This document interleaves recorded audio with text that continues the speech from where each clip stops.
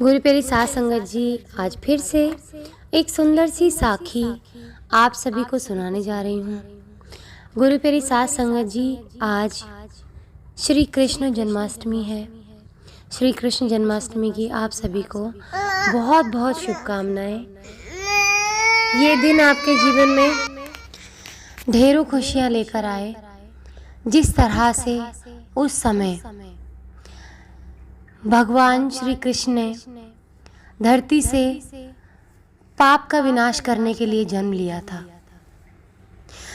इसी आस में आज के दिन जन्माष्टमी मनाई जाती है कि फिर से एक बार श्री हरि जन्म लेंगे और इस धरती से पाप का नाश कर देंगे।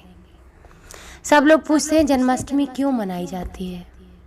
हाँ, जन्माष्टमी इसलिए मनाई जाती है क्योंकि इस दिन भगवान श्री कृष्ण ने धरती पर जन्म लिया था।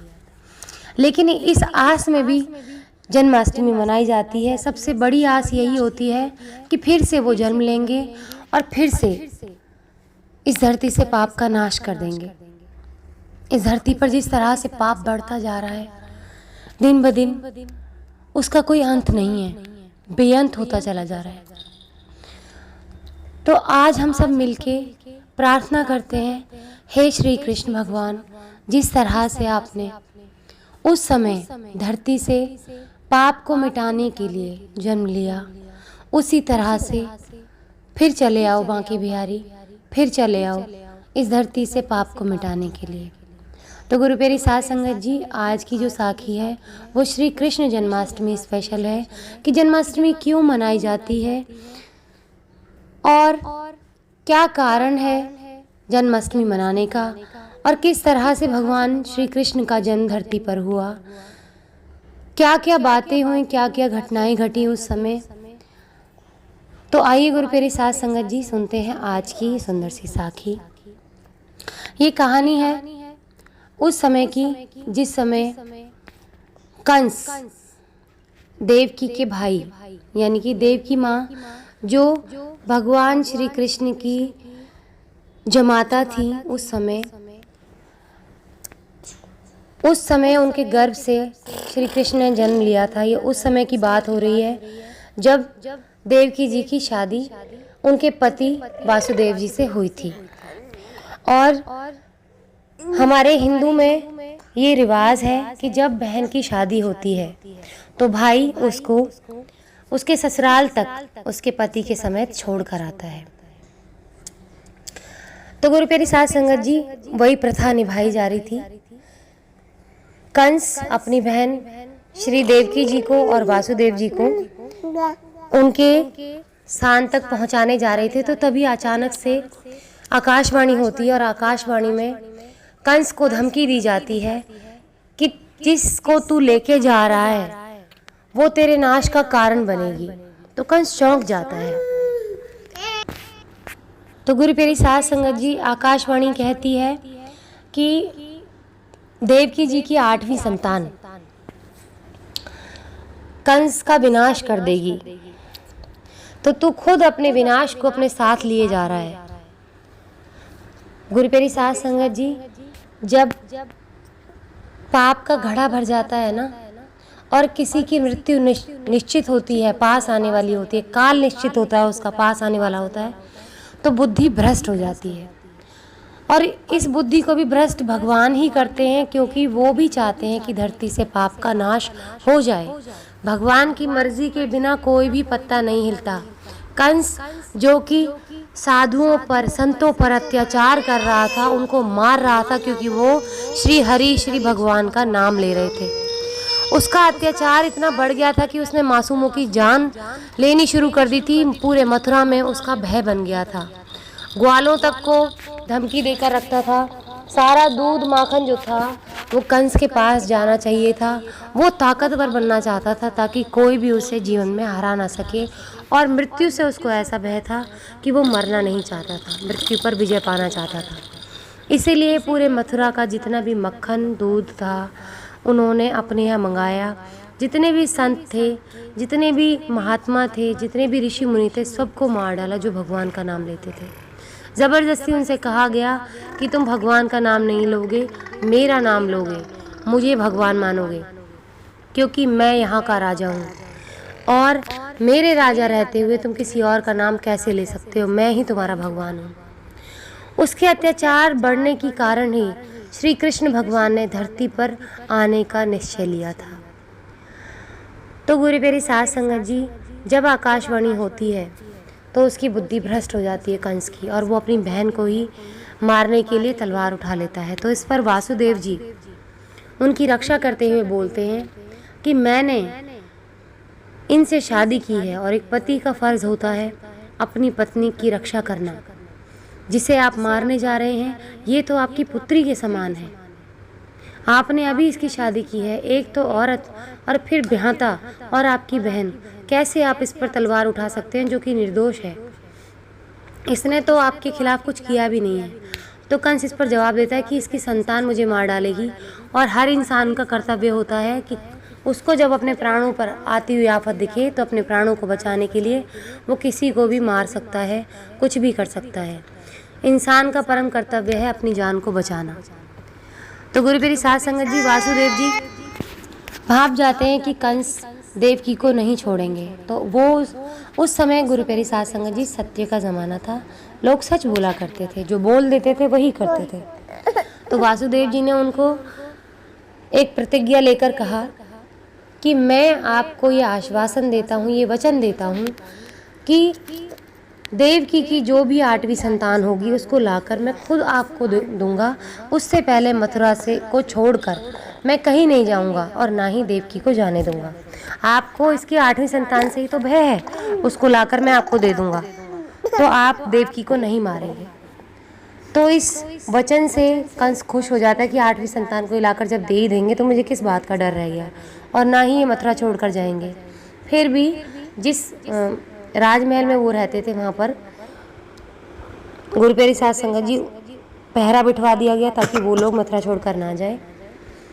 वासुदेव जी के महल में भी कई लोगों ने उनसे कहा था कि आप मथुरा छोड़कर चले जाएं, क्योंकि कंस ऐसा ही प्रवृत्ति का है, जो लोगों पर अत्याचार कर रहा है, ऋषि मुनियों पर अत्याचार कर रहा है, आप लोगों को नहीं छोड़ेगा।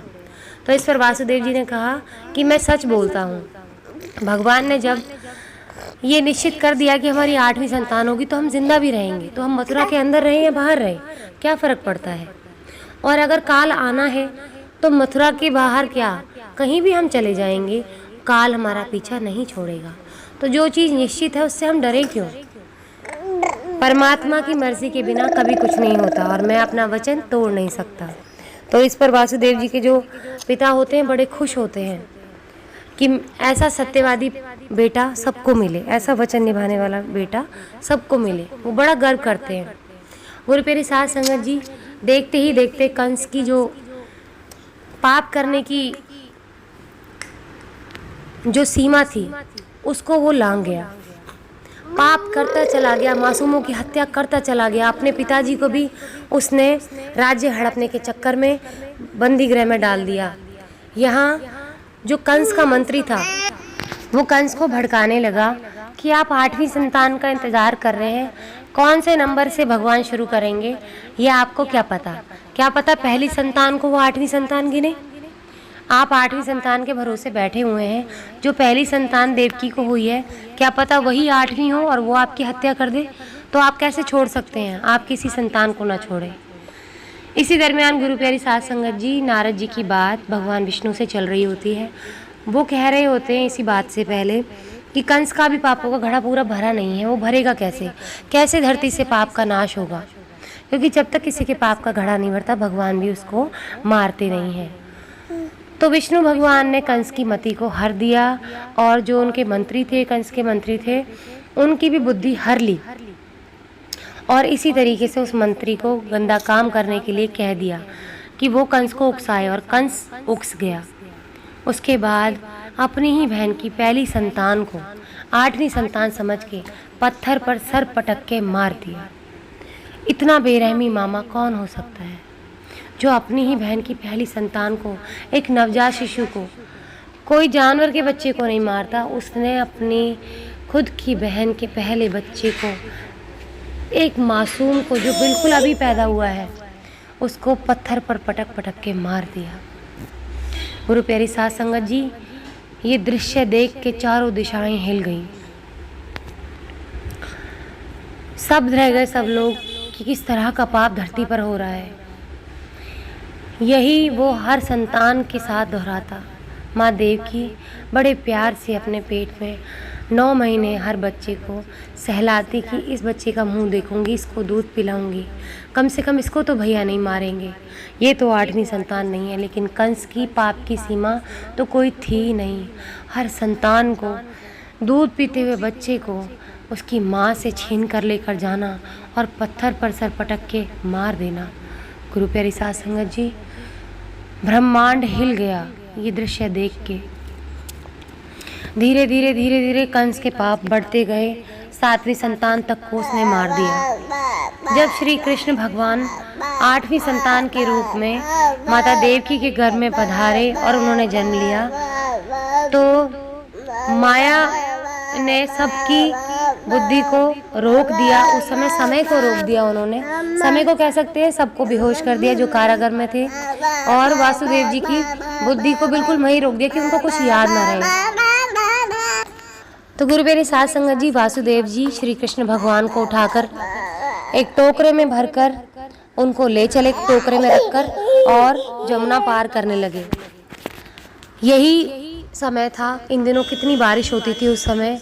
यमुना जी का पानी उफान पर था, छाती से नीचे डूब गए। और वो इसलिए डूबे, यमुना जी ने अपना जो प्रवाह था वो इसलिए बढ़ाया ताकि वो श्री कृष्ण भगवान के चरण धो सके।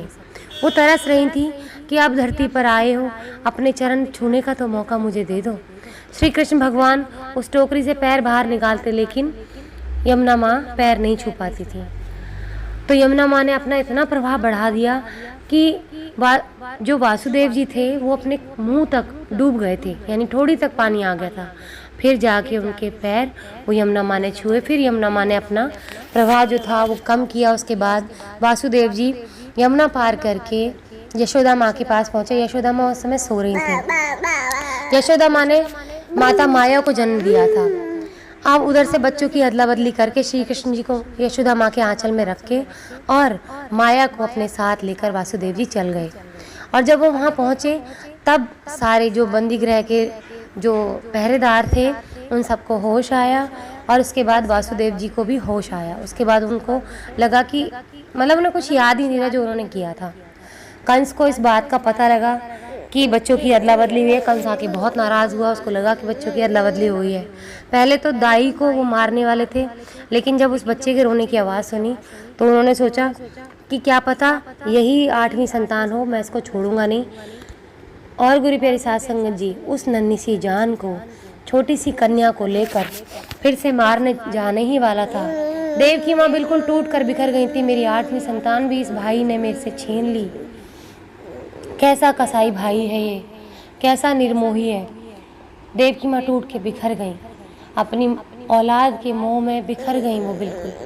तो गुरु प्यारी साध संगत जी, जब माया माँ को उन्होंने पत्थर पर पटकने की कोशिश की तो वो उनके हाथ से छूट के आकाश में अपने पूर्ण रूप में आ गई।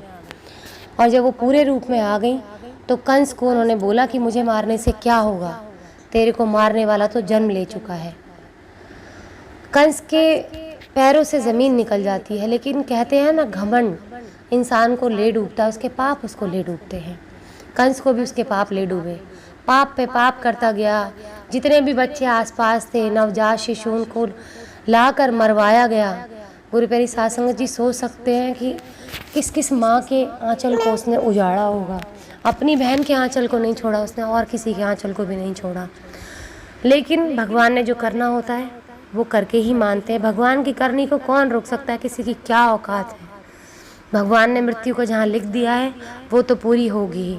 पापों के हिसाब को लिख दिया है तो वो पूरा होगा ही, चाहे फिर कोई अमृत का वरदान लेकर क्यों ना भगवान से पैदा हो।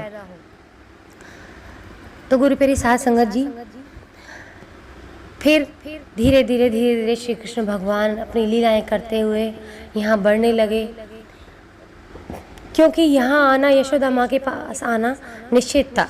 क्योंकि जो पहले के जन्म में ऋषि मुनि थे उन्होंने यहाँ गोपियों के रूप में जन्म लिया था मथुरा के अंदर, और वो चाहते थे, उन्होंने तपस्या की थी कि हम श्री कृष्ण भगवान को अपनी गोद में खिलाएं।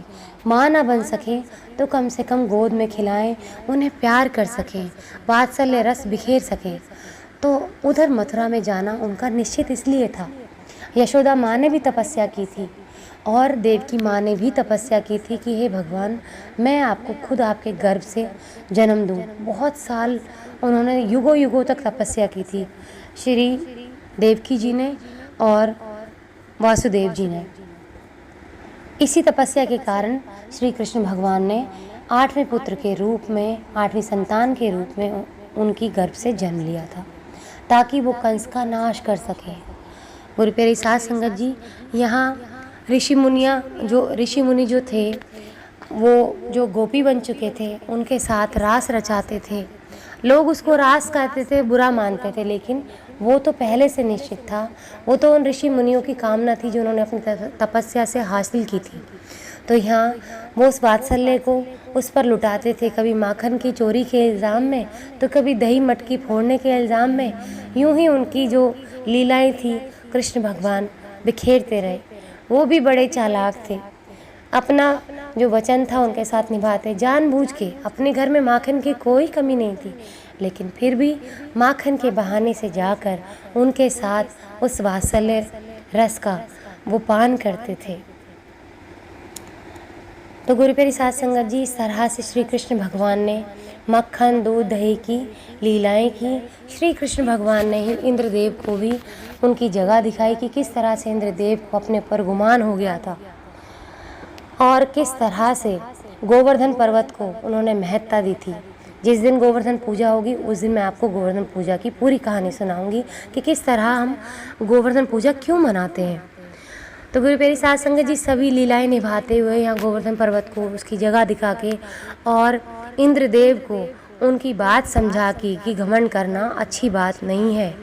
देवताओं को भी घमंड हुआ है। आप देखिए, कुछ लोग कहते हैं कि ये देव प्रकृति का है और राक्षस प्रवृत्ति का है।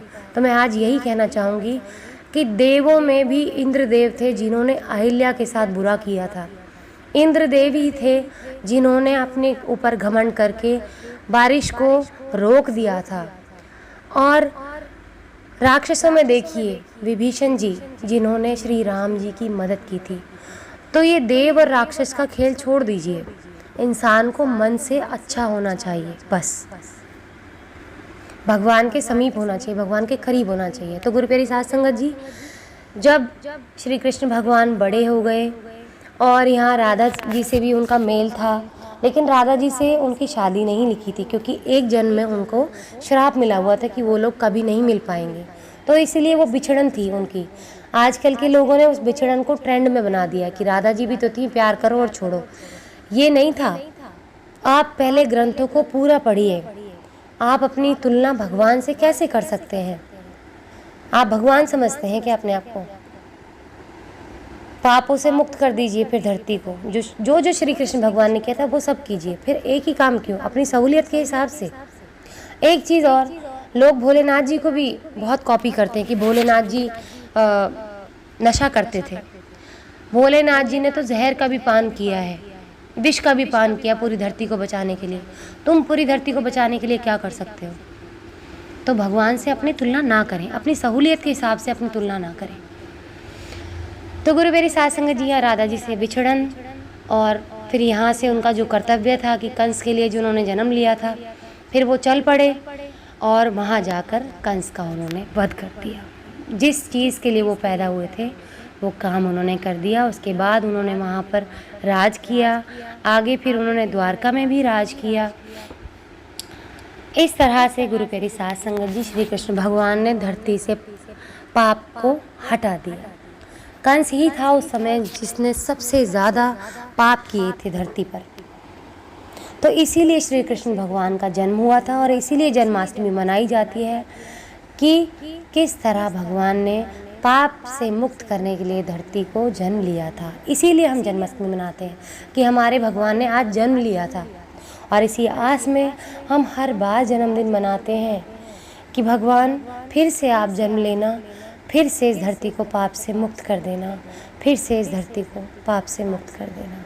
यही हमारी आपसे बारंबार विनती है कि अगर हमारे दिलों में कहीं भी बुराई है तो उसका भी नाश कर देना। फिर चले आओ गिरधारी, फिर चले आओ गिरधारी। आज इसी के साथ इस सुंदर सी साखी को यहीं समाप्त करना चाहूँगी। मिलती हूँ आपसे अपनी अगली वीडियो में नई साखी के साथ। तब तक के लिए खुश रहें, सुमिरन करते रहें, सच्ची सेवा करते रहें। और जन्माष्टमी कैसे मनाई जाती है वो कल की साखी में मैं आपको बताऊँगी। आज साखी बहुत बड़ी हो गई है। आज मैंने आपको बता दिया कि जन्माष्टमी क्यों मनाई जाती है और कैसे मनाई जाती है वो मैं आपको कल बताऊँगी। तब तक के लिए सुमिरन करते रहें। जय कन्हैया लाल की, हाथी घोड़ा पाल की।